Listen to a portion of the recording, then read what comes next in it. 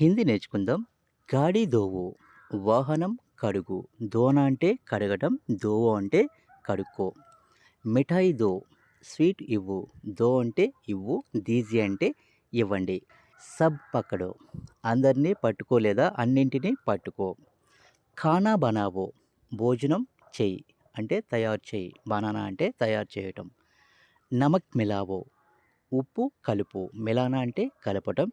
మిలావో అంటే కలుపు. కితాబ్ రఖో పుస్తకం పెట్టు.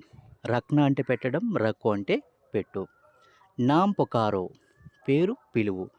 పుకార్నా అంటే ఏంటి? పిలవటం. సబ్ మిలావో అన్నిటినీ కలుపు. మిలాయియే కలపండి. మత్ బైఠో కూర్చోవద్దు.